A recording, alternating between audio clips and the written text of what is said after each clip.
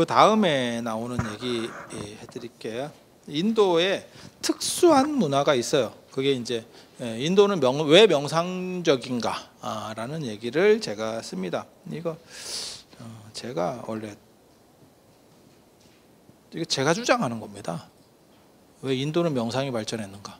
그게 이제 47쪽 오락이 없는 귀족 문화라고 하는 거거든요. 너무 더워서 날씨는 덥고 40도에서 여름에는 55도까지 올라가고 겨울에도 낮에는 30도 위로 올라가고 물론 뭐 아침에는 5도 정도까지 떨어집니다. 겨울에 그래서 이렇게 더우니까 귀족들이 할 일이 없어. 이게 제가 늘상 얘기하는 거 있거든요. 추운 거는 돈이 있으면 막는데 더운 거는 예전에는 돈이 있어도 못 막아낸다고. 그러니까 추우면 불 때면 되고 모피 같은 걸 입으면 되고 내가 귀족이야. 그러면 그냥 돈으로 다 떼어버리면 돼. 야, 불 때 난방해. 이러면 끝나는데 더우면 어떻게 할 거냐는 거예요. 할 게 없어. 목욕하고 뭐 이런 거밖에는 없어. 집이 필요하냐? 더우면 집이 필요가 없습니다. 밖으로 나가야지. 튀나가야지. 아니, 그렇지 않아? 그렇게 가는 거예요. 이게 굉장히 재밌어요. 그래서 인도는 예전부터 건축은 돈 있는 사람들은 누각 건축을 해요. 높이 올라가는 건축. 그러면 올라가면 바람이 조금이라도 더 불고 그다음에 땅에서 올라오는 복사열로부터 피할 수 있거든요. 그래서 누각을 좋아해. 돈 있는 사람들은 누각 좋아하고. 그리고 아무것도 할 게 없다는 거예요. 술 먹을 수 있느냐? 40도 55도 올라가면 술을 못 먹는다는 거예요. 술 먹으면 지가 좋으려고 먹는데 더운 데서 사우나에서 술 먹는 놈은 없거든요. 세상에 못 먹어. 술을 못 먹는데. 원래 돈 있는 귀족들은 동아시아 같은 경우는 술, 여자, 사냥, 놀이입니다. 공연 같은 거 보는 거. 근데 그게 다 안 된다는 거예요. 더우면 40도 이상 되면 말을 탈 수도 없고 사냥을 나갔다가 지가 뒤져. 불가능하다. 여자는 되느냐? 눈 돌아갔을 때 잠깐 되는데 그 외에는 내 몸도 힘들어. 그래서 제가 그런 얘기 하는데 한국 불교의 부처님들은 이렇게 항마촉진 이러면 딱 몸에 붙이고 있거든요. 근데 인도 불상의 수인은 이게 다 떠 있어요. 다 떠 있어. 손 자세도 자세히 보면 이렇게 약간씩 떠 있어. 이런 데도. 왜? 붙이질 않아. 더울 때는 붙이면 여기서 신호가 온다는 거예요. 그래서 최대한 몸을 띄우기 시작합니다. 그래서 내 살도 붙어 있기가 귀찮은데 남의 살까지 붙어 있으면 피곤하다는 거예요. 그리고 귀족들은 여자에 대한 그게 별로 없어요. 그거 아세요? 중국 황제들이 뭐 남자 좋아했다 이런 얘기 들어보셨어요? 왜 그런지 아세요? 어렸을 때부터 너무 걸그룹 같은 애들만 너무 봐서 그래요. 그래서 여자에 대한 관심이 없어진다는 거예요. 역으로. 이해가 됩니까? 그래서 그런 부분들이 존재해요. 그래서 인도 귀족들 상황에서는 인도에 돈이 많은 재벌이라고 생각했을 때 술을 못 먹고 그 다음에 사냥도 못 다니고 더우니까 다 나타나는 거예요. 그리고 여자 관계도 그게 진짜 간절할 때만 일어나고 안 된다는 거예요. 너무 더워서. 그리고 공연 뭐 이렇게 앞에서 이렇게 막 뭐 무대 공연 같은 거 하는 거 있잖아요. 그게 더우면 짜증난데 40도 이상 되는데 앞에서 뭐가 이렇게 왔다 갔다 하면 피곤하다는 거예요. 그래서 뭘 하느냐? 인도 이야기에 보면 언제나 나오는 게 개인 정원이 있어요. 물이 흐르는 정원. 그런 데서 이제 누워가지고 목욕하고 나무 밑에서 바람 쐬고 그 다음에 옆에 이제 시녀들이 부채질하고 이게 낙이라는 거거든. 이유는 더워서. 그리고 그렇게 덥다 보니까 그런 데서 이렇게 자다 보면 낮에도 자고 밤에도 자고 하면 코알라 같이 잘 자면 얼마나 좋겠어. 그런데 그게 못 자지. 계속 인간은 12시간 이상씩 계속 자봐야 그렇게 잘 수 없어요. 그러다 보니까 깨어 있어야 되는데 움직이려니까 덥고, 그래서 눈만 굴리고 있는 거죠. 그걸 관법이라고 합니다. 관법. 관법. 그래서 윗바사나나 이런 거 수행 보면 여기서부터 저기까지 가는데 한번 이렇게 운전하는데 1시간 걸리게, 1시간 걸려. 1시간. 길게는 1시간이 걸려. 자, 발을 띱니다. 내려놓습니다. 앞에를 내려놨습니다. 중간을 뒤에를 이거를 계속, 이게 뭐 하는 짓인가 싶죠. 더운 지역 수행입니다. 왜냐하면 더운 지역은 사람이 느려져요. 그리고 의식도 절대 빨리 안 돌립니다.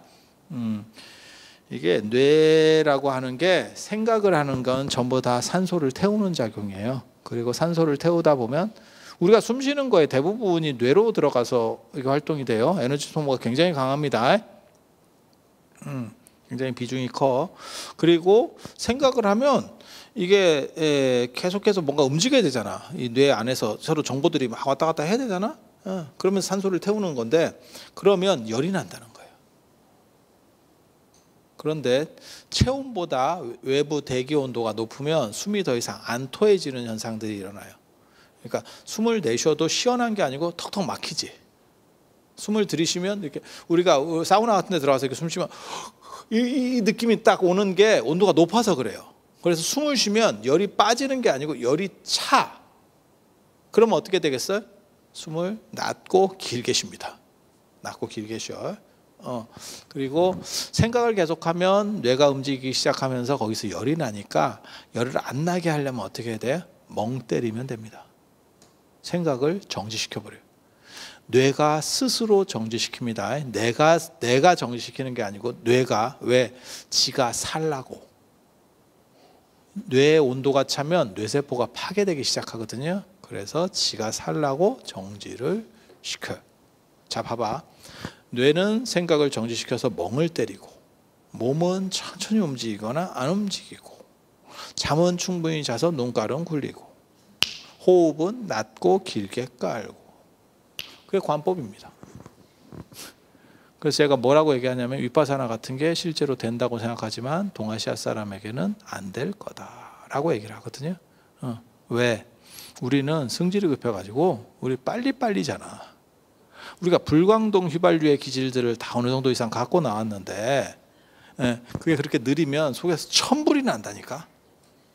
천불이 난다니까. 그래서 그게 잘 안 맞아요. 그래서 더운 지역 수행과 추운 지역 수행에 굉장히 큰 차이가 있어요.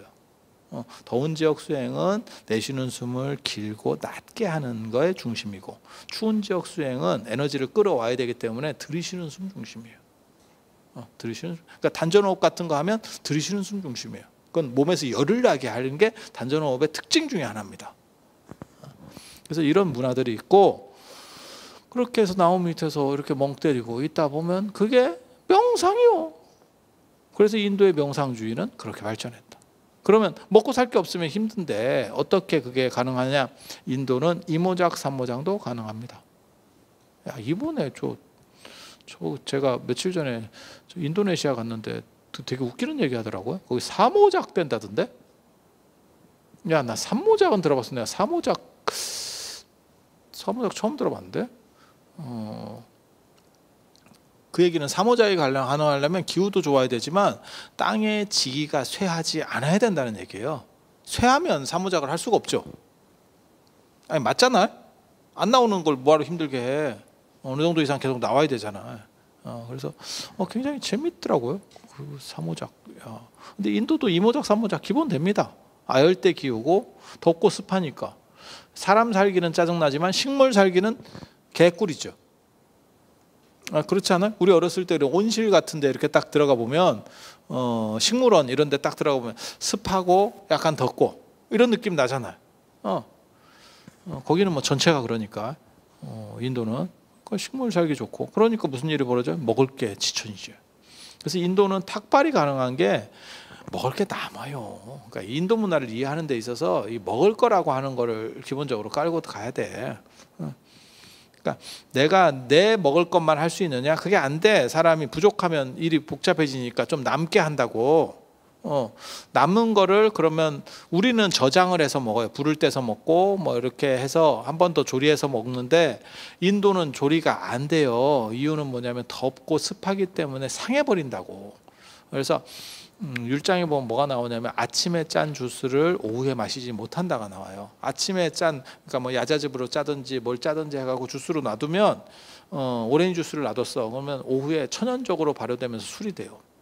그리고 인도 사람들은 술을 덥기 때문에 술을 안 먹어버릇해가지고 이거 샴페인 비슷하게 약간 발효가 되는 거예요. 그걸 먹으면 개가 됩니다. 우리로서는 이해할 수 없는 상황이 벌어져.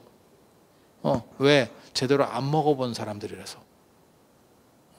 우리는 그런 것 같진 않아. 제가 저를 예를 들면 저는 술을 싫어하는데 제가 그런 얘기 하잖아요. 나는 소신이 있는 사람이기 때문에 술을 먹지 않는다. 그 소신은 뭐냐? 달면 삼키고 쓰면 뱉는다가 내 소신이고 술은 달지 않아. 그래서 술을 안 먹어. 진짜 간단한 이유야. 진짜 간단한 이유야. 그리고 저는 술 마시는 사람을 별로 안 좋아합니다. 담배 피는 사람은 꼴을 봐도 술 마시는 사람은 꼴은 잘 안 봐. 이유는 헛소리를 자꾸 하니까. 저도 이제 살다 보면 술은 안 마셔도 그런 자리에 가서 앉아 있어야 될 상황들이 있어요. 필연적으로 가면 이게 상 미친놈들이요. 마신 놈들끼리는 얘기가 돼. 서로 미쳤으니까. 옆에 있으면 막 진짜 미치고 여기다 폭탄을 하나 어디서 가지고 와서 터트려야 되나, 이것들이 사람인가 싶어. 깨 있을 때는 굉장히 대단한 사람들이야. 굉장히 대단한 사람들인데 그렇게 가는 거예요. 그래서 특히 수행한다는 사람이 지정신을 잃는 것은 올바르지 않다라고 우리는 생각을 하기 때문에. 그리고 우리나라는 또 술 문화가 유럽이나 미국하고 달라요. 유럽이나 미국은 알딸딸한 상태를 유지하기 위해서 혼자서, 봐봐, 영화 같은 거 봐봐, 혼자서 그 바텐더에 이렇게 앉아가지고 그 마담하고 얘기하고 있는 거예요. 정확하게 말하면 그 술 말아주는 놈하고. 그래서 그하고 가끔 한마디씩 하고 조그만 걸로 이렇게 홀짝홀짝 하고 있어. 그러다가 그거를 몇 잔 먹고 또 야 킵해 주세요 이렇게 보관을 해, 추접스럽게. 근데 그거는 뭘 의미하는 거냐면 술이 인간을 행복하게 하는 거는 나라고 하는 생각이 있어야 되는 거고, 그래서 그 느낌을 즐기기 위해서 대화도 필요 없고 그냥 이렇게 해서 조금씩 마시면서 내가 알딸딸한 상태를 유지해 가는 거예요. 이해가 됩니까? 근데 우리는 이걸 버무려서 제조를 해요. 그래서 가면 폭탄 제조 기술자, 네가 그렇게 잘 만다며 이렇게 해서 인간문화재가 한 명 있어요. 좀 큰 팀에는 인간문화재가. 그 사람은 제대로 마시지도 못하고 계속 숟가락으로 쑤셔가면서 이렇게 쇼를 해. 쇼를. 그렇게 해서 말아주면 미친 듯이 먹어. 뭐 그냥 계속 먹다가 막 해가지고 의식을 잃어. 이게 동아시아 한국 문화의 가장 큰 특징 중에 하나예요. 사실은 그게 망아에 대한 동경이라고 하는 거예요. 무속에서는 그렇게 얘기해. 그러니까 지정신을 잃는 게 행복한 거라고 본다는 거예요, 우리나라 사람은. 근데 한 번 더 따지고 나면 지정신이 없는데 행복은 있냐? 근데 이게 여기서만 나타나는 게 아니고 김덕수 사물놀이 이런 것도 한참 치다 보면 거기에 빠져가지고 이렇게 해서 간다고. 통성기도 할 때도 막 이렇게 두드리면서 막 미친놈들이 전체가 미친놈이 되면 갑자기 이러면서 눈물을 개 흘리듯이 막 침 흘리듯이 흘리면서 행복하대. 기도를 했더니, 기도를 잘했더니 참 이게 뭐 쉽게 말해서 후련해요. 근데 그거 DVD 찍어서 영상 한번 봐보세요. 개 또라이입니다. 이런 집단 또라이가 존재할 수 있는가 싶은데 그게 기도 부흥회. 되게 재밌어요. 이게 망아에 대한 동경이에요. 아니 제가 한국 문화를 오랫동안 가르쳐서 이런 내용들을 잘 알아. 무당도 마찬가지입니다. 한참 구설하다가 욱 넘어가서 쌉소리들이 나오기 시작하는, 본격적인 소리는 거기서부터 나옵니다. 그래서 이런 굉장히 재밌는 문화긴 한데 문화가 좀 다른 거죠. 그래서 우리는 겁나 먹고 미친 듯이 먹고 술집 주인이 술병도 한 2개 더 갖다 놔도 모르고 그 다 계산하고 나가는 게 우리 문화. 걔네는 한 병 가지고 홀짝거리다가 다시 보관해 놓고, 우리는 그거 한 병 마시다가 보관해 주라 그러면 저 쪼잔한 놈의 새끼, 이 얘기가 여기까지 나올 거야. 여기까지. 차마 여기서 여기까지는 못하지. 왜? 내가 쪼잔한 놈이 될 것 같아서. 우리는 교양인이니까. 그래서 그런 차이들이 존재하는 거죠. 이거 굉장히 재미있는 문화 구조예요. 그래서 더운 지역과 추운 지역이 문화권적으로 사실 많이 달라요. 그리고 수행론에서도 다르고, 그리고 놀이 방식도 다릅니다. 그래서 인도 사람들은 왜 명상적이 되느냐?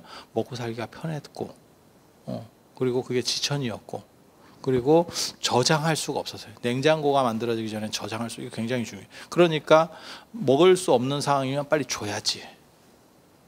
누구한테도 주는 게 낫지. 안 주면 어떻게 됩니까? 버리면 되는 거 아닙니까? 수인성 질병이 발생합니다. 이거 그리 간단한 문제가 아니야. 우리처럼 그냥 단순히 버리면 되는 거 아닙니까? 아닙니다. 그래서 율장이나 이런 데 뭐가 나오냐면 땅 파고 묻으라는 얘기가 나와요. 자, 근데 40도에서 땅 파고 묻을 바에는 누군가에게 주는 게 낫겠죠. 가져가 줄 사람만 있어도 고마운 거죠. 그래서 인도에서는 주면서 주는 사람이 고맙습니다를 하는 거예요. 우리는 동아시아는 우리나라 위도 정도가 되면 보릿고개가 있고 식량이 부족합니다. 그래서 먹을 걸, 내가 먹을 거를, 우리 십시일반 뭐 이런 얘기 하잖아요. 그러니까 내가 먹을 거를 저 사람에게 주면 그거는 호의를 베풀어 주는 거고, 그 다음에 내가 갑이 되는 거예요. 저 사람은 을이 되는 거고, 없는 사람이니까 동량이지, 동량. 그러니까 구조가 완전히 다른 거야. 그리고 우리는 불만 떼놓고 주기적으로 불만 떼면 며칠이든 먹을 수 있어. 그러니까 국 같은 걸 생각해 보세요. 국 하다가 어느 정도 이상 불 떼면 또 먹으면 되고, 또 불 떼면 또 먹으면 되고, 이렇게 먹잖아. 가장 대표적인 게 곰탕. 보름도 먹어. 아니, 아시잖아요. 지금은 그런 걸 하는지 모르겠다. 내가 고기를 안 먹게 된 가장 결정적 이유 중에 하나가 어렸을 때 그 곰탕이에요. 사실은 물려서. 우리 때만 하더라도 먹고 살기가 힘들었다가 이게 약간 피니까 그런 거를 먹여서 발육을 좋게 해야 된다는 생각들이 있었어요. 그리고 정부에서 쌀이 부족하니까 분식을 장려했거든. 그래서 밀가루 먹고 라면 먹고 곰탕 먹고 이게 우리 세대예요. 그래서 우리가 종자가 개량돼서 여러분보다 크지. 여러분은 그것도 못 먹었던 세대고, 아니 맞잖아. 여러분은 김치하고 콩보리밥이나 먹던 세대고, 우리 때는 이제 밀가루를 이제 먹으면서 그 다음에 곰탕을 먹고 우유를 먹던 세대야. 나 우유 먹고 큰 사람이야. 여러분들은 뭘 먹었냐면 미군이 이렇게 보급해 주던 이렇게 분유, 깨트려 먹는 분유, 이걸 빻아가지고 도대체 유통기한이 얼마가 지나야 분유가 그렇게까지 돌처럼 굳는지 모르겠는데 그걸 가지고 깨서 물에 타서 먹으면 오 맛있어요 하던 시대. 그렇게 된 거지. 보살님 맞죠? 그럼 분유 드셔보셨죠? 그걸 깨서 물에 타서 먹는다니까.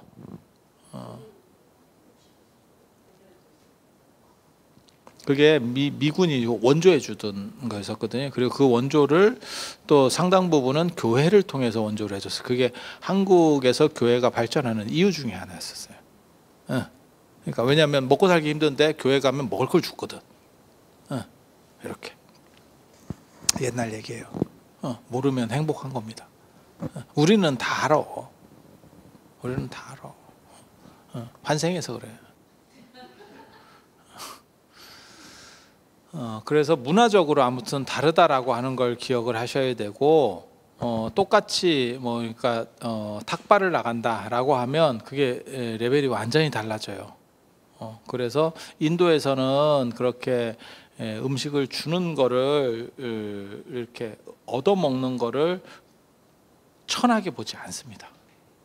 천하게 보지 않습니다. 그리고 또 뭐가 있냐면 더우니까 집에 주거의 필연성이 약해져요. 이거 인도를 이해해야 되는, 그러니까 기후만 이해하면 거의 다 끝납니다.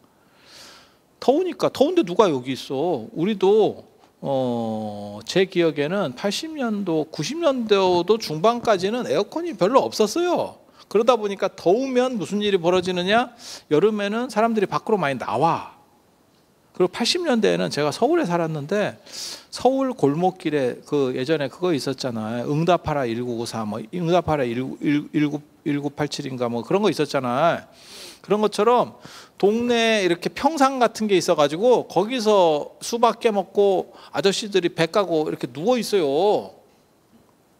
러닝 이거 반팔 러닝, 이게 나시 같은 러닝 있고, 그것도 안 입는 사람도 많아. 지금도 중국 가면 그런 거 많이 있거든요.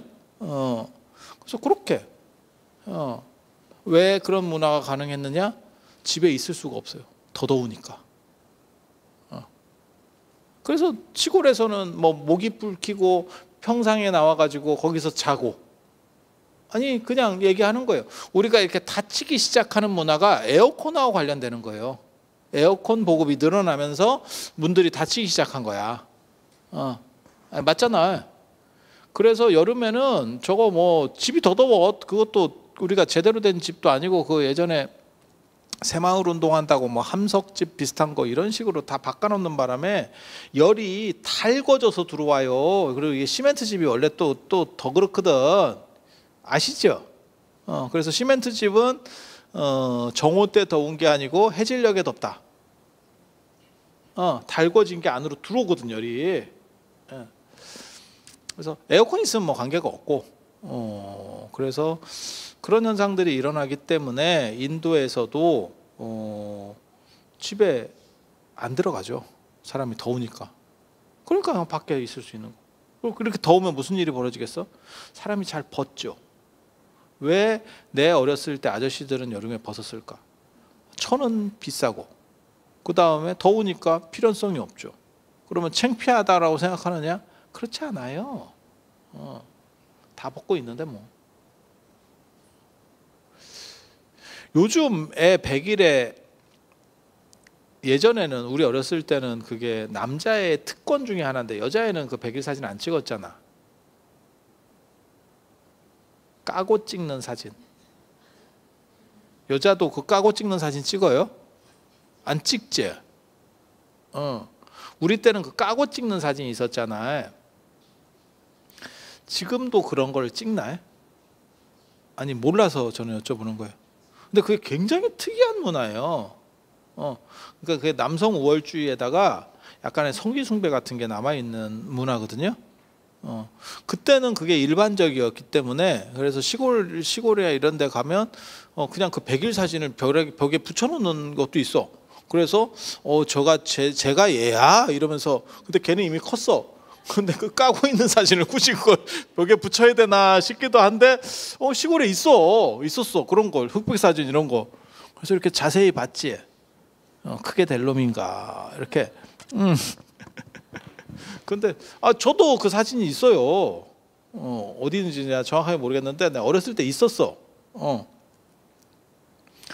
근데 그런 노출에 대해서 생각보다 별게 없죠. 예전에는. 그거 뭐 아니 그 전시용이라니까. 100일 사진이 전시용이라니까.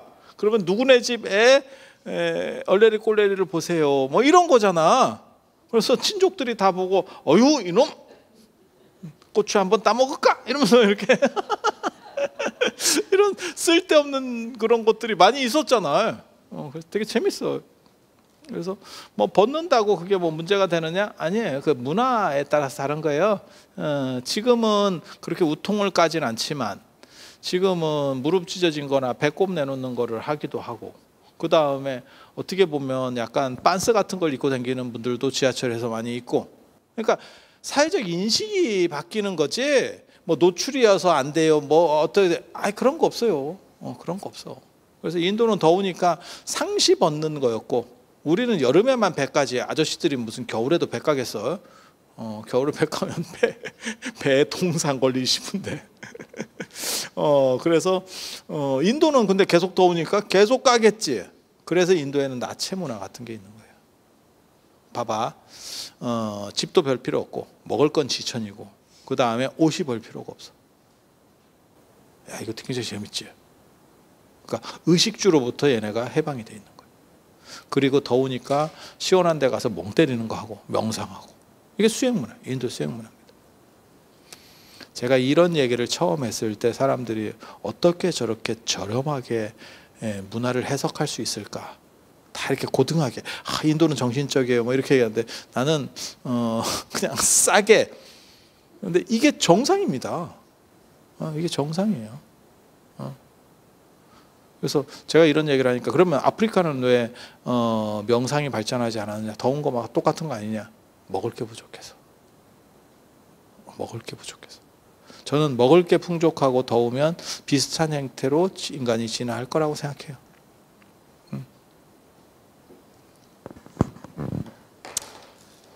자, 그래서 그런 정도 하고 그러다 보니까 귀족들은 순수정신 쪽으로다가 자꾸 생각을 하게 되고 48쪽입니다. 철학의 주체로서의 귀족들은 순수정신적인 가치, 인도 사람들은 그런 생각을 하게 됐다더라. 그리고 그런 분이 누구냐? 부처님이라더라. 되게 재밌는 얘기 한 가지만 해드리면 중국에도 성인이 있어요. 중국의 성인들은 임금이 아니면 성인이 아닙니다. 유임금, 순임금 이런 분들을 성인이라고 그래요. 그래서 요, 순, 우, 탕, 문무, 주공. 원래는 문무도 따로 나눠져 있는 거예요. 요임금, 순임금, 하나라의 요임금, 당나라의 요임금, 당요, 우순, 우나라의 순임금, 그 다음에 우탕, 우임금은 하나라의 우임금, 그 다음에 은나라의 탕임금, 주나라를 개척한 게 문왕과 무왕이에요. 그리고 그걸 확립한 게 주공단이라고 하는 공자가 제일 좋아했었던 꼽사 주공단이 있습니다. 그 꼽추입니다. 꼽추. 섬성 쪽에 습도가 좀 적어가지고 그 동굴 속에 살다 보면 꼽추가 되는 경우들이 많아요. 그래서 그런 식으로 그런 사람들이 다 누구냐? 군주들입니다. 그래서 중국에서를 뭐라고 부르냐면 내성외왕이라고 불러요. 안으로는 성인, 밖으로는 임금. 내성외왕. 그게 최고의 덕목이에요. 그래서 그런 걸 보고 성군론이라고 합니다. 성군. 성스러운 군인. 아니, 군주. 성군. 퇴계가 공부를 해서 성악십도라는 걸 만들었어요. 성악십도. 그거를 선조에게 올린다고. 아니, 그게 철학적인 얘기를 굳이 임금이 뭘 할 필요가 있어. 그런데 임금은 성군이 돼야 되기 때문에. 지금으로 말하면, 그러니까 지금도 우리는 그런 생각하거든요. 저는 정치인이 도덕적이어야 될 필요는 없다고 생각하는 사람이거든요. 저는 좀 생각이 달라. 정치인이나 경제인은 도덕적일 필요가 없어. 단 경제인은 돈을 많이 벌어서 자기에게 딸린 사람이나 쉽게 말해서 고용한 사람들에게 많이 주면 그러면 정당성이 있다라고 생각해요. 정치인은 국가 발전을 위해서 도덕적일 필요는 없어. 그러니까 도덕적이지 않다는 게 뭐 부정부패를 하고 그거 아니에요. 그런 도덕적이지 않다는 게 아니고 지금 미국도 바이든 도덕적이지 않은 거예요. 왜? 중국이 반도체를 만들면서 따라오려고 하니까 중국 빼놓고 미국 중심으로 대만, 일본, 그다음 미국, 한국 이렇게 뭉쳐서 중국을 왕따시키겠다. 미국 중심적으로 나가는 거예요. 그래서 너네 중국에 수출하지 마라. 우리한테도 계속 그 압력을 넣는 거죠. 너네 자꾸 중국하고 그렇게 저렇게 하면 너네 조져버린다. 이 얘기를 하는 거죠. 너무 치사한 거잖아요, 사실. 그리고 미국에다 공장 지어라. 계속 그 얘기 하잖아. 그러니까 삼성도 지금 미국에다 얼마를 짓고 하이닉스도 얼마를 짓고 이런 얘기 뉴스에 나오잖아.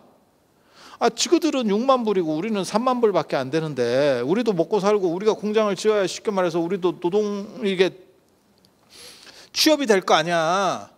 그런데 지그들이 다 빨아가겠다는 거지. 우리가 더 먹겠다 이 얘기를 하는 거잖아. 굉장히 비도덕적이죠.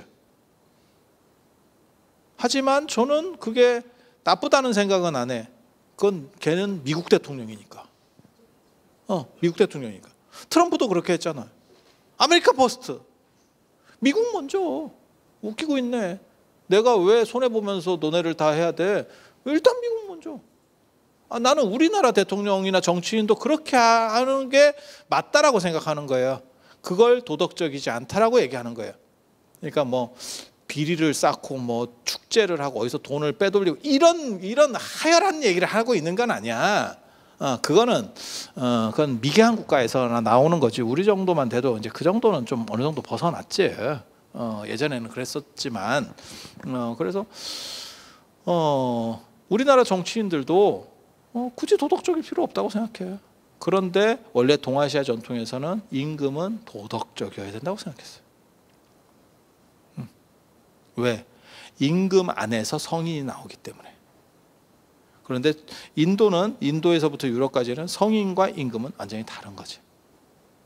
성인과 임금은 완전히 다른 거지. 그래서 부처님이 만약에 임금 안에서 부처님이 될 수 있었으면 그러면 임금이 돼서 부처님이 됐겠지. 그런데 왜 출가를 했겠어? 이렇게 되는 거죠. 그래서 관점이 다른 거예요. 두 문화권의 관점에는 이러한 큰 차이가 존재한다더라. 그래서 환경에 따라서 달라진다더라 라는 이야기하고, 종교와 관련해서 50쪽 봐보세요. 신을 믿는 종교가 있고, 이 세상에는 두 가지 종교가 있어. 하나는 진리를 믿는 종교가 있습니다. 신을 믿는 종교, 진리를 믿는 종교. 신을 믿는 종교는 절대적 강자가 누군가 있는 거고 우리 위에 존재하는 거고, 그 신에 의해서 우리가 이렇게 뭐랄까 높아질 수도 있고 낮아질 수도 있고 다 결정을 하는 거지. 근데 한 번만 더 생각해봐요. 신이라고 하는 절대적 존재가 있다면 굳이 인간에게 이렇게 시간을 투자할 필요가 있을까? 자, 그러니까 뭐가 똑같은 거냐면 계집사하고 똑같은 거야. 내가 강아지를 키우면서 내가 응가도 치워주고 먹을 것도 주고 먹을 것도 시켜주고 털도 깎아주고, 그치? 그런 개보다 훨씬 센 인간이 있다라고 생각하는 게 어떻게 보면 유신론입니다. 그런데 그런 강아지가 한 마리면 모르는데 그런 강아지가 60억 마리가 되면 네가 그걸 굳이 내가 이걸 왜 해야 되지? 이런 현타가 오지 않을까라는 생각을 하는 거지. 그러니까 신인데 나보다 센데 종이야. 이건 철저하게 인간 중심적 사고를 하고 있는 거예요. 그리고 제가 그런 얘기를 합니다. 나는 왜 신을 믿지 않는가? 나는 왜 기독교인이 아닌가? 라고 말할 때 제가 드는 게 뭐냐면 네가 해준 게 뭐 있어서 나를 정우성 같은 얼굴로 만들어줬거나, 안 그러면 나를 삼성가에 태어나게 해줬거나, 자빠져서 눈 뜨고 엄마 등에서 이러면서 딱 입을 띄었더니 내 밑에 1조가 깔려 있어. 그러면 브라보 이러면서 나는 신을 믿었을 수도 있어. 신이 나를 사랑하는구나. 준 게 없어. 그냥 개털이야. 그러면 다 개털이면 오케이야. 누구는 만수르잖아. 누구는 만수르잖아. 그러니까 제가 늘상 얘기하는 게 있거든. 다 100m 달리기를 하는데 다 0에서 출발하면 내가 빠르지 못해서 졌어. 인정. 어떤 놈은 90m에서 출발한다니까. 만수르를 이재룡 씨도 못 이깁니다. 이재룡 씨도 못 이깁니다. 이재룡이 기업을 더 엄청나게 키워도 만수르한테 안 됩니다. 만수르는 딱 한 가지를 타고났어. 아버지 피를 탔지. 끝입니다. 끝입니다. 이해가 됩니까? 이거 너무 불평등한 거잖아. 우리가 볼 때는 이재룡 씨도 넘사벽이지. 제가 그래서 그런 얘기 하잖아. 여러분들 자녀들 중에서 다 내가 어렸을 때부터 태교에서부터 시작해가지고 수십 년을 공을 들였더니 애가 머리가 너무 좋아서 수능에서 1등을 하고 엄청나게 대단해. 그래봐야 대갓집 종살이 하다가 마름짜리 하나 얻는 데서 끝난다. 어디 부장이라든지, 안 그러면 운 좋아서 비비기도 잘해. 애가 머리만 좋은 게 아니고. 그러면 한 사장 정도 하고 주식 좀 조금 받아서 나오는 게 끝이에요. 맞잖아. 회장 돼? 삼성에서 회장할 수 있겠어? 아니 생각을 해봐. 저 우리 이명박 대통령 생각해봐. 현대건설 사장했지. 현대 회장이 정확하게 말하면 현대 회장이 대통령보다 어려운 거예요. 대통령은 했지. 서울시장은 했지. 현대그룹 회장 할 수 있어? 정주영 씨 자리를 지가 했어? 못하잖아. 왜? 혈통이거든. 그거는 선출직이 아니야. 혈통이야. 능력이 100배가 더 이명박 대통령이 지금보다 능력이 100배가 더 뛰어난 사람이야. 현대 회장 할 수 있어? 못해. 그러니까 이게 태어나면서부터 차등이 존재한다. 지금 그 얘기를 하고 있는 거예요. 지금은 그나마 평등 사회지만 신분이 있는 사회는 더 심했죠. 뭐 중세라든지 이런 때 더 심했죠. 아니 그렇잖아. 합스부르크 왕가 생각해봐. 거기 그냥 그 혈통으로 타고만 나면 왕부터 시작이야. 어디 조그만 왕부터 시작이야. 그리고 그것도 자식들이 없어서 왕국을 통합하잖아 나중에는. 왜? 왕으로 파견할 자식이 없어. 그래서 통합하고 정 안 되니까 딸이라도 이러면서 딸로. 아니 맞잖아. 그 읽어보면 그렇게 돼요. 그래갖고 지그들끼리 결혼하다가 턱주가리는 이만큼이 튀어나오고 애가 유전자가 이상해져가지고 결국 단종 됐잖아. 그래서 그런 거죠. 그런데 왜 신이 있다면 공평하게 경기를 시작하지 않고 누구는 90m에서 뛰고 어떤 놈은 99m에서 뛰어요. 어떤 놈은 0에서 뛰는 게 아니고 마이너스 100m에서 뛴다니까. 집에 부모님 이상해가지고 내가 태어나서 얼마 있다가 부모님이 없어져갖고 내가 소년가장, 그나마 할머니랑 같이 사는데 할머니가 또 편찮으셔요. 그래갖고 내가 지금 한 10살도 안 되는데 어디 가서 앵벌이 해가지고 할머니 병간호까지. 걔가 어떻게 정상적으로 따라갈 수 있어? 불가능하지. 그럼 무슨 이런 극단적인 비유 말고 그냥 일반적인 비유만 한번 들어봅시다. 집안에 조금 그래도 유업이라도 있어서 애가 결혼할 때 집이라도 한 칸 사줬어. 뭐 큰 좋은 건 아니더라도 집 하나 사줬어. 아파트라도 하나 사줬어. 그 집하고 부모님이 별로 유업이 없어가지고 그냥 전세 보증금밖에 못 줬어. 전세 보증금 했더니 월세로 주인이 바꿔달래. 월세 했더니 또 보증금 올려달래. 이렇게 하면 똑같은 월급을 받아. 이 사람이 둘 다 300만 원씩 받아. 한 사람은 내 집이니까 크게 돈 드는 거 없으니까 300만 원을 다 쓸 수 있는 거고 내 자식한테도 쓸 수 있는 거고 다 쓸 수 있는 거고, 한 사람은 월세 내야 되고 월세에서 한 100만 원이 물렸어. 그러면 똑같은 월급쟁이라도 나는 200만 원짜리 월급쟁이고 얘는 300만 원짜리 월급쟁이인 거야. 같지가 않다니까. 그러면 200만 원 받는 사람이 200만 원 집 없는 사람이 따라갈 수 있느냐? 못 따라가요 이거를. 그러면 네가 열심히 해가지고 저녁에 대리라도 뛰면 되는 거 아니냐? 야 그게 쉽냐? 비슷하게 태어났다라고 조건이 비슷하게 태어났다라고 하면 그게 쉬워? 아니, 현실이 그렇잖아. 왜 이런 차등이 존재하냐를 얘기하는 거예요. 신이 있다면 최소한 공평하게 해줘야 되는 거 아니야? 우리 같이 이렇게 키가 큰 스님도 있는데 여러분 난쟁이잖아. 여러분이 크기 싫어서 안 컸어? 여러분 스머프가 스머프가 이상이야? 그렇지 않잖아. 나는 신에게 키 크는 축복을 받았어.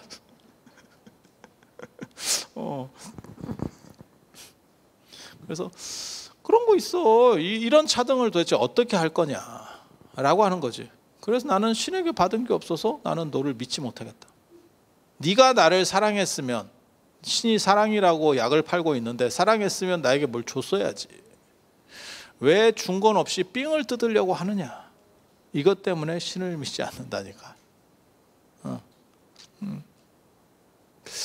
나를 엄청난 데 태어나게 해줬으면 나는 신을 믿었을 수도 있어. 나는 혜택을 받았잖아. 생각해봐. 북유럽 국가에 여러분이 그냥 태어났어. 북유럽은 됐고 저번에 저 월드컵에서 했던 카타르 아세요? 나라? 월드컵 때문에 처음 우리는 대부분 알았잖아요. 근데 저는 예전에도 그 카타르를 알고 있었는데 그때 왜 카타르가 관심이 있었냐면 카타르는 산유국인데 기름이 얼마나 많이 나오는지 국민 한 사람당 2억씩을 정부에서 박는데 1년에 2억씩이 국민 한 사람에게 돌아가도록 복지나 이런 걸 해준다는 거예요. 뜯어가는 게 아니고 정부에서 2억씩 이렇게 혜택으로 해준다니까. 이민 가고 싶어. 이민 가고 싶어. 우리는 야, 의료보험료 올라가는 거 봐라. 쭉쭉쭉 올린다. 어떻게 하면 뜯어 먹을까? 이래갖고 뭐 간판 하나 걸면 간판에 도로 쪽으로 좀 튀어나왔어요. 그러면 간판 값 내세요. 뭐 이래갖고 또 오고 계속 삥 뜯어가거든. 이런 정부를 원한다니까. 카타르 같은 정부를. 근데 왜 신은 전지전능한데 카타르 같이 행동을 하지 않고 코 묻은 놈 돈을 뺏고 있느냐? 이 얘기가 이제 생각이 좀 드는 거죠. 저만 그렇게 생각했겠느냐? 아니지. 옛날 사람도 그런 생각을 한 사람들이 있지. 그래서 신 말고 보편적인 거를 찾자. 그게 진리입니다. 진리. 그래서 진리는 마치 만유인력처럼 뭐 위에 있으면 놓으면 떨어지는 것처럼 이것도 떨어지고 뭐 이 명함도 떨어지고 책도 떨어지고 마이크도 떨어지고 이런 것처럼 모두에게 공평한 거. 그 진리를 노자는 도라고 얘기를 합니다. 도. 그래서 도는 상제지선이라 노자 도덕경에 보면 그렇게 나와요. 하느님보다도 먼저 있는 거다. 진리 중심. 예. 그리고 공자 같은 경우도 하늘이 무슨 말을 하더냐 이러면서 얘기를 한다고. 그러면서 인이라고 하는 어떤 보편적 진리 얘기를 하기 시작합니다. 부처님은 법이라고 하는 다르마라고 하는 어떤 진리를 얘기하는 거예요. 그래서 부처님은 뭐라고 말씀하시냐면 나는 진리로 인도에 가는 사람이다. 그래서 우리가 예불 할 때 삼계 도사, 인도자라는 뜻입니다. 가이드라는 뜻입니다. 가이드. 그래서 그런 진리. 그리고 소크라테스도 진리를 얘기하는 거죠. 그래서 진리 중심적이냐 신 중심적이냐 이렇게 두 가지로 나뉘어요. 그래서 진리 중심적인 종교는 철학과에서 들어갈 수 있는 종교는 진리 중심적인 종교입니다. 그래서 저도 철학과 출신이고 철학과에서는 유교, 불교, 도가, 뭐 히랍 철학 당연히 배웁니다. 기독교 배울 수 있습니까? 이슬람교 배울 수 있습니까? 배울 수 없습니다. 왜? 그것은 보편성이 없고 그냥 랜덤으로 떨어지는 거예요. 우리가 벼락 떨어지듯이 신이 그냥 이 사람이 좋아서 이 사람에게 축복을 내려줬대. 그래서 이재룡이 된 거야. 박정희 대통령 딸로 태어나서 대통령이 될 수 있는 기회를 얻은 거야. 그냥 그렇게 가는 거야. 왜? 이유는 없어. 기독교에서는 그렇게 얘기하는 거야. 불교는 진리 중심적이니까 거기에 대해서 합리적 설명을 하려고 그래요. 그게 지금 당장은 설명이 안 되는데 네 전생에 어떤 것과 연결되어 있다라고 얘기하는 거죠. 그러니까 전체 그림을 보면 부분 그림만 보면 너는 지금 누구는 100m 달리기인데 90m 출발하고 누구는 10m 출발하는 것 같지만 전체 그림에서 보면 그것이 논리적으로 납득이 된다는 거죠. 그렇게 설명하려고 하는 거예요. 그리고 그것은 누구에게는 해당되고 누구에게는 해당되지 않느냐? 똑같은 원칙으로 해당된다 라고 말하는 거예요. 그래서 그것이 보편적이기 때문에 철학과에서 공부가 되는 거예요. 그래서 철학과는 인문대 안에 있습니다. 인문대 혹은 인문과학대, 과학이라고 하는 학문적 영역으로 들어가는 거고 이슬람이라든지 기독교 같은 경우는 그냥 종교학입니다. 그거는 쉽게 말해서 나는 그렇게 믿는다는 거지 그 답이 나느냐? 답이 안 나죠. 똑같이 기도를 했는데 왜 누구에게는 쉽게 말해서 소원이 이루어지고 누구는 안 이루어져? 알 수가 없죠. 그런데 불교는 뭐라고 얘기하는 거냐면 왜 누구에게는 보너스로 중국집에서 탕수육을 주느냐? 라고 얘기했을 때 그 탕수육집 주인이 중국집 주인이 얘기하는 거죠. 저 사람은 쿠폰 30장을 모았어요. 그럼 나는 왜 안 줍니까? 당신은 아직 쿠폰 30장을 모으지 못했어요. 합리성을 주는 거지. 이해가 됩니까? 그러니까 너도 그것을 받고 싶으면 쿠폰 30장을 모아와. 근데 다 모았는데 난 그런 거 있었어. 중국집에 내가 열심히 모았는데 한 25장인가 이렇게 모았는데 주인이 바뀌었어. 야, 이거 참 천재지변이 일어난 거지. 그렇다고 그 사람을 쫓아갈 수도 없는 거고. 내가 한 번만 더 시키면 됐는데. 되게 재밌는 거 가르쳐 줄까?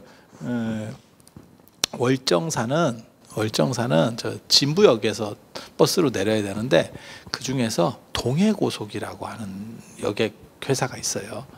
거기는 커피 쿠폰처럼 버스 쿠폰이 있어.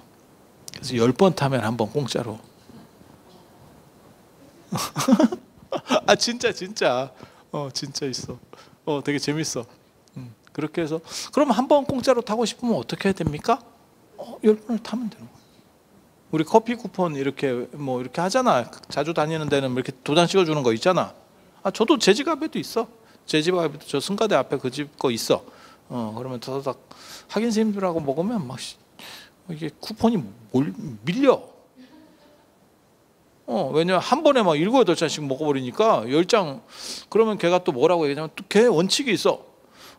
다 된 쿠폰은 한 번 주문에 한 장만 가능합니다. 이게 또 룰이 있어요. 그러면 더 웃긴 건 뭐냐면 그러면 우리가 8잔을 주문하는 게 아니고 7잔 주문하고 한 잔은 따로 주문하겠습니다. 그러면 또 돼. 그러니까 뭘 얘기하고 싶은 거냐면 이건 법칙이지.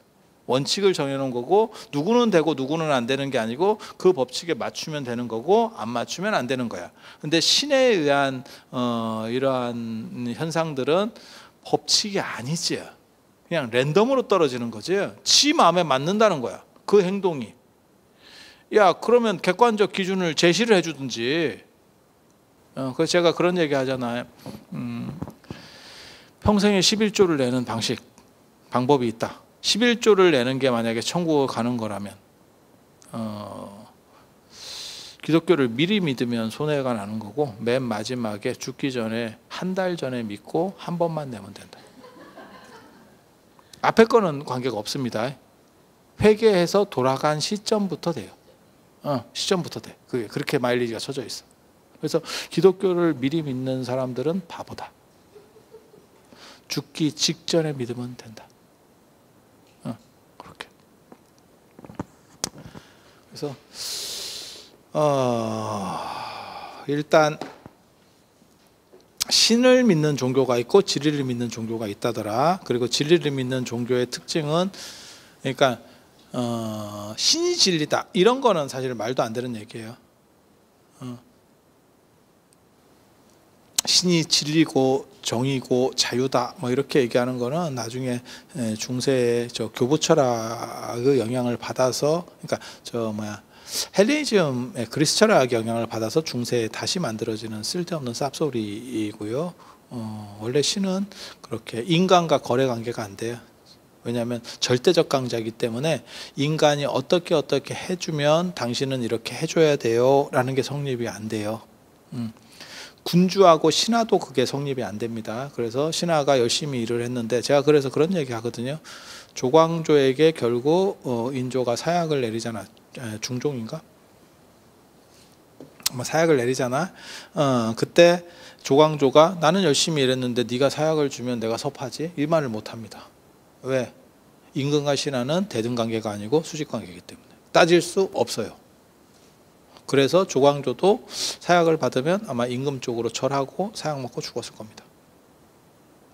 신과 인간의 관계는 그거보다 더 떨어지기 때문에 거리가 더 있기 때문에 그래서 내가 11조를 열심히 내면 당신은 꼭 나를 천국에 보내줘야 돼요. 성립이 안 됩니다. 그래서 기독교에서는 천국을 선물, 신의 선물이라고 얘기하는 거예요. 그러니까 누구에게 준다라는 게 없어요. 그러니까 열심히 교회에 온다 그래서 꼭 준다라고 하는 보장도 없는 거예요. 이게 내 맘이야. 예전에 우리 선생님하고 똑같아. 우리 선생님이 교수님이 뭐라고 얘기했냐면 대학 수업을 하는데 내가 성적 주는 기준을 얘기해 주겠다라고 하면서 출석 몇 프로, 그 다음에 중간고사 몇 프로, 기말고사 몇 프로, 그 다음에 보고서 몇 프로 이렇게 딱 했는데 90점이야. 총점이. 그러니까 애들이 뭐라고 얘기했냐면 선생님 이게 100점이 아니고 90점인데요? 10점은 뭡니까? 이랬더니 이쁜 놈에게 준다. 이쁜 놈에게 준다. 그러니까 수업 때도 좋고 좀 성실하게 잘하고 이쁜이 점수라고 우리가 뒤에서 얘기했거든요. 근데 신은 10점을 이쁜 놈에게 주는 게 아니고 100점을 이쁜 놈에게 주는 거예요. 그래서 인간 입장에서는 그걸 받아들이기가 쉽지 않은 거예요. 그렇다 보니까 추계시대 때 나온, 지금으로부터 2300년에서 2800년대 사이에 나온 그 성인들은 원칙을 정하려고 했고 그게 진리입니다. 그게 진리. 그래서 진리를 믿는 종교. 그리고 불교는 이 진리를 믿는 종교의 특징 중에 하나가 뭐냐면 그 교조는, 그러니까는 뭐 공자든 노자든 뭐 부처님이든 소크라테스든 그런 사람들은 모범이 되는 사람이지 그 사람 자체가 우리가 되는 건 아니에요. 단 내가 그 진리를 통해서 내가 붓다가 되고 성인이 되는 거죠. 그래서 제가 율곡 얘기를, 내가 그 얘기는 굉장히 좋아해요. 율곡이 글 쓸 때 뭐라고 썼냐면 내 공부는 성인이 되는 데 있고 성인이 되지 않았으면 내 공부는 마친 것이 아니다. 그러니까 율곡의 공부 목적은 성인이 되는 데 있는 거예요. 그러니까 우리도, 불교도 마찬가지예요. 우리의 목적은 부처님이 되는 데 있는 거예요. 석가모니 부처님이 되는 데 있습니까? 아닙니다. 내가 부처님이 되는 데 목적이 있는 겁니다. 그래서 붓다는 대명사지 고유명사가 아니에요. 깨달은 사람에 대한 대명사입니다. 그래서 신에 의해서 축복받고 잘 되기를 바라는 쪽과, 그러니까 개가 주인에게 뭔가 간식 더 받으려고 꼬리치고 아부하다가 주인이 마음에 들면 하나 던져주는 그런 식으로 받으려고 하는 게 기독교라면, 불교는 어떤 원칙에 맞추어서 그 행동을 했을 때 같은 결과값이 나오는 진리를 추구한다더라. 그리고 그것은 뭐냐? 내가 나중에 그 진리값을 완전히 가지게 됨으로 인해서 장애 없이 자유로운 그러한 해탈, 열반의 경지에 이르게 된다더라. 이게 목적이라더라 라는 정도 말씀드리겠습니다. 자, 들어서 감사합니다.